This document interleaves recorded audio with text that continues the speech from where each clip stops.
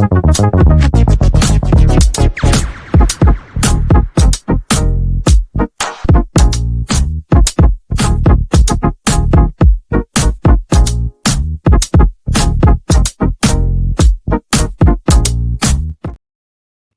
afternoon, everybody, and welcome back to the West Ham Network for your West Ham Daily, and it's the player ratings.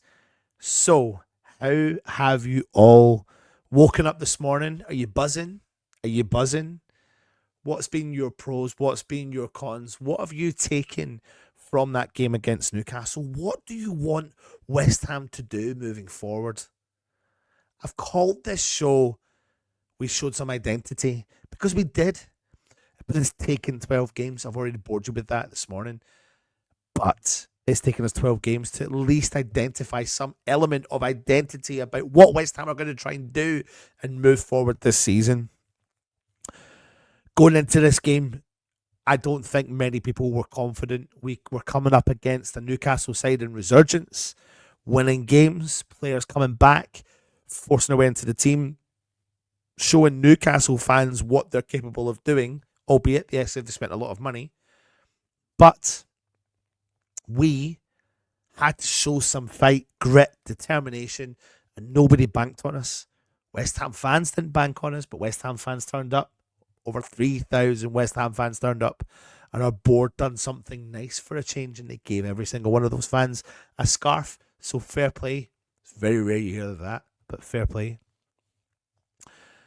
And the game itself is exactly what it says in the tin. We walked away, and we deserve to walk away with 3 points. So I'm going to come and bring to you today's player ratings.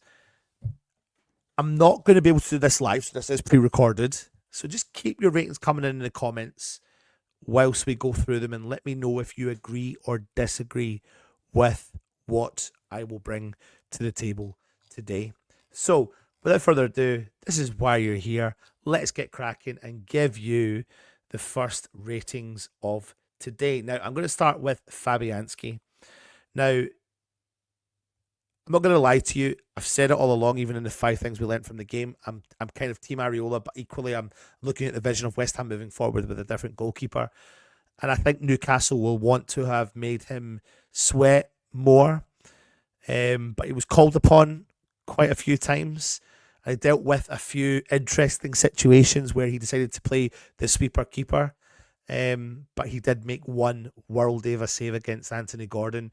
Top stuff. He played the sweeper keeper really well, and he led from the back line. For that reason and that reason alone, I've given him an 8. He absolutely deserved an 8 today, and he cemented his place in the team right now. And no matter if you're Team Areola or Fabianski, you can't take that away from Fabianski as well. So fair play to you, Giza. You deserved that 100%. Let's move on to Emerson. I thought he was actually caught out in possession quite early in the game. I didn't really learn from that. Sometimes he overcommitted himself. However, as the night went on, he got a lot more comfortable on the ball, and I genuinely think our defence performed really, really well. Now, I've probably harshly given Emerson Palmieri a low score, 6. I still think it's a good score, but he was probably, I had to be quite mindful of how did I score other players in the team that I thought played well, and did I think he played at the same level as them? No. Did I think he played well? Yes. But did he score as high as them? No. So I gave him a 6. Could be harsh. Maybe give him a 7. But I think that's a fair assessment of Emerson Palmieri last night as well. Max Kilman, listen, he's top notch. He looked like he could have gone on all night, to be honest. And my concern at the start of the game was that Isaac was kind of in between him and Tadibo and trying to finalise those runs, and he was kind of getting in behind, and Kilman realised very quickly that we have to get past this opening stretch that Newcastle had, and once he did and he grew into the game and got comfortable in the game, he was just mustered again. Calm on the ball, collected on the ball, talking to his defence, organising that defence. He definitely looks like a leader there, 1,000,000%. For that reason, I've given Kilman an 8, but you can see he's sparking up such a nice relationship with Jean-Claire Todibo, who I just think is absolutely mustard. He's a mustard football. I think at every performance he's playing for West Ham, he's showing real like class, real class. He's never panics on the ball. He looks up. He feels like it's like he's got time on the ball, and he sees those gaps and he goes for them. Kilman does the same as well. Um, he picked up a knock in the second half, which is a concern for us moving forward. But I couldn't score him anything more than that, and I'll tell you why as we move through the rest of the team going on. But I thought it was another good performance considering he was brought off and substituted due to picking up a knock as well. So let me know if you agree with the scores I've put in so far. Let's talk about who could be questionably the signing of the season so far, and that player is called Juan Bissaka. What a steal. You know, his goal headlined his performance, which he deserved. And he had some good interventions going forward. He really, you know, the one thing I've taken from his game is that he's absolutely capable of going forward. Sometimes getting caught out out of possession, but he's been asked to play in other positions as well, as we've seen later on in the game when Vladimir Sufal came on the pitch and Wan Bissaka then had to kind of swap over, etc. But listen, I've been a massive fan of Wan Bissaka since he's come in this team, and I would have given him an 8, but because he scored the goal, he's got to get a 9. He's got to get a 9, and I think it's a deserved 9 as well. So let me know if you agree with that one. Let's move into the midfield and let's talk about Tommy Soucek. Listen, someone that's been on the tip of the tongue of West Ham fans for such a long time saying, why is he starting? Why is he starting? Why is he starting?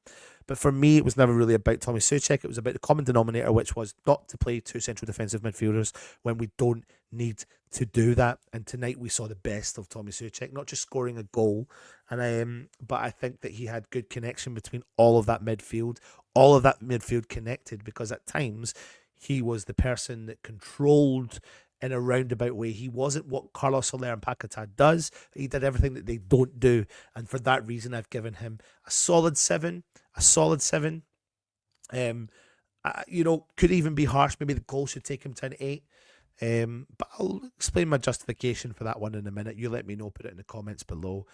As we move on to Carlos Soler. I have to told you my number, it's a shame.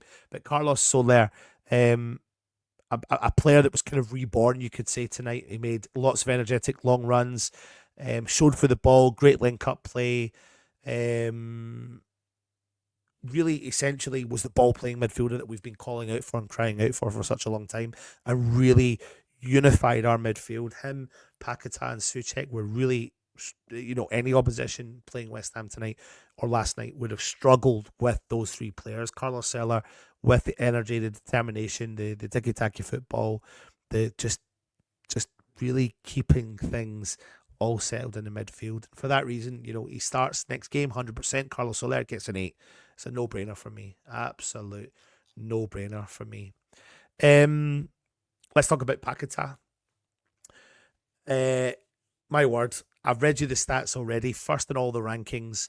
It looked like he really thrived in that kind of deep lying role, winning the ball all the time, fighting for possession. You know, if it wasn't for him winning the ball back and feeding out Jared Bourne out on the right-hand side, waiting for Wan Bissaka's run, it would never have been a second goal and led to the comfortable end that we had in the game. He was back to his old self. He was creative. He was enjoying himself. He was winning balls back. He had determination, fight, you name it, energy.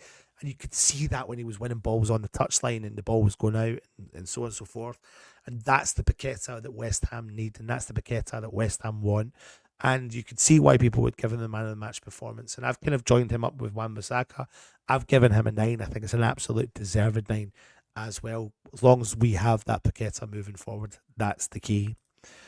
The player that probably scored one of the lowest tonight is Jared Bowen. However, I think he's been slightly harshly treated because we're so used to seeing him be really impactful in the game. And for the first time, we've not had to heavily rely on Jared Bowen. We've relied on the rest of the team stepping up to the occasion. And the more I think about it, I've probably scored him too low. I've given him a 6. I probably feel like I should have given him a 7. It took him really into the second half to get really involved in the game. but when he was really getting on the ball, he was starting to be problematic for the Newcastle defence. I actually think I've probably scored him quite harshly here, so maybe I should have given him a 7. So ignore that 6 and give him a 7 for that one alone. But yeah, not as the brightest game in a West Ham Claret and Blue shirt, but still very impactful, especially in the second half as well. Somerville, do you know what? He's shown me that there's definitely going to be a player here. No matter the opponent, they're going to struggle to get the ball off him.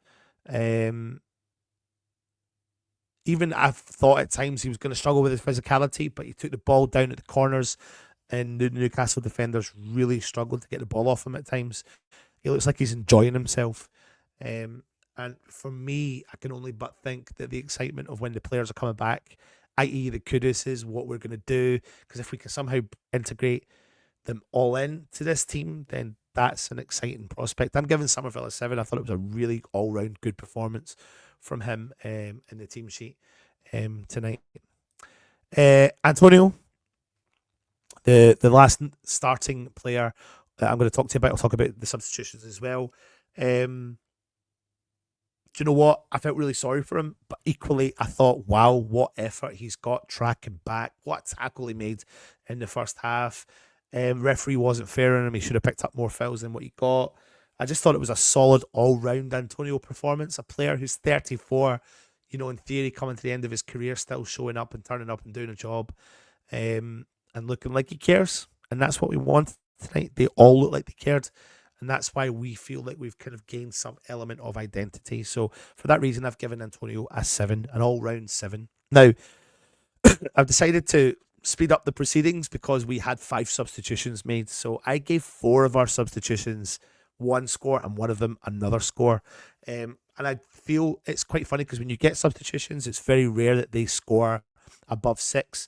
But I've given Dinos, Irving, Sufal and Ings all a 7, all deserved. I'm being very critical of Mavropanos this season, but he came in, he calmed the ball down once Tadibo was off injured.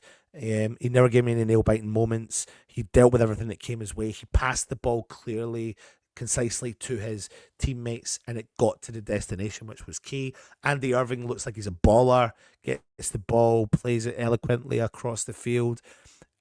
There's a Scott McTominay vibe there. I can see how there's a player that I can see why Lopetegui kept him, and really interestingly, he wants to stay at the club as well, which is what I really like. So fair play to him. Sufal, again, being critical of him of this season, but came in, done a job down that right-hand side once we switched Juan Bissaka out to the left. Just kind of left where Juan Bissaka carried on where Juan Bissaka left, if that makes any sense. And Danny Ings, I thought he put in a solid performance as well. Came back, dropped back, won a couple of balls, got involved, started a few attacks, had a couple of attempts, never got the ball enough kind of strength in the ball, but I thought, yeah, all round gave a good performance. So that's why I scored the 4 of them. A 7 in the last player, Rodriguez, a 5. Not here nor there. Slow on the ball, but not enough time to really make an impact, but enough to come in and shut up shop, and that's exactly what he done, and he scored a 5 for that reason. So let me know in the comments if you agree with all of my player ratings. If you're new around here, hit the subscribe button, please hit the thumbs up, hit the bell notification. That will notify you when we do go live, of course, as well. Put it in the comments. Let me know if you agree with my player ratings, but also put your player ratings in so we can kind of marry them up with us each other as well. And join us later on for the Hammers headlines. Take it easy and come on, you Irons.